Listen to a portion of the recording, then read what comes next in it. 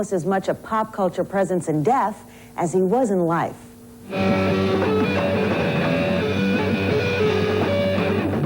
is the master. I think he was a genius.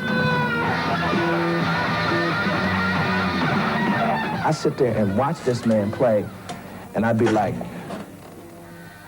Jimi Hendrix has now been dead 20 years, but his music has never been more alive. Live in Paris, live in Philharmonic Hall. Hendrix released just 5 albums before he died. There are now more than 500. He's released more CDs in the last 2 years than any other artist. Ken Voss keeps track. He is curator of the Jimi Hendrix Information Management Institute, or Jimmy, a kind of Hendrix museum in Chicago. I almost get the feeling he did come from somewhere else and came here for the period of time that God put him on this earth to make the impact that he made, and then off again. This was vintage Hendrix, the Monterey Pop Festival 1967, where he made sounds no one had heard before or perhaps since. He broke new ground, and his guitar, he had earlier burned it. Gimmicks, man. I'm tired of people saying we behind gimmicks. What is this? The world is nothing but a big gimmick, isn't it? Many believe Hendrix's gimmick was drugs. His music, some think, was a product of the psychedelic drugs he used. Buddy Miles played in Hendrix's Band of Gypsies. He admits that Hendrix used drugs, but he says they didn't create or even help the music. He remembers this performance at New York's Fillmore East specifically. We jammed for 4.5 hours straight. And that man, as far as I learned, and I was damn near handcuffed to man. I didn't see him take nothing. He was straight. And we kicked butt. Miles is still playing Hendrix, and guitar players are still taking their inspiration from him.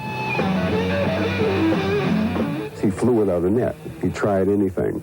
And consequently, he's given musicians great courage. This is Al Hendrix' shrine to his son. He says he always told Jimmy to do something original. When I did hear that first record of his after it became The Experience, I said, well, he sure come up with something different. So let's hear once again the Jimi Hendrix Experience. Hendrix died in London. The death certificate says he choked on his own vomit after taking sleeping pills.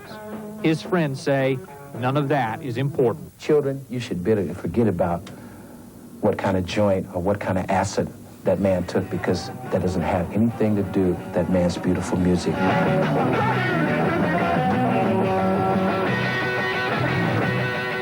I'm Jeff Flock, CNN, in Chicago. Back soon, eh? Back soon.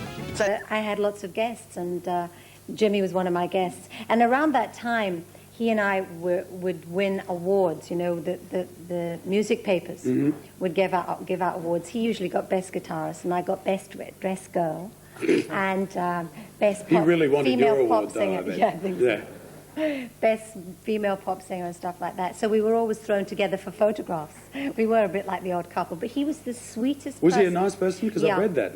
He was such a sweet guy. He was really the kind of guy you could take home to your mom, you know, for tea, and she would just adore Of him. all the people, I just somehow can't imagine Well, with Hendrix. his stage show, I suppose, maybe made you feel like that. But he was a really, really lovely guy, Jimmy. That must have been a great experience to be working and to be around those times with Hendrix and John Bonham and all those sort of things. Precise electric acid psychedelic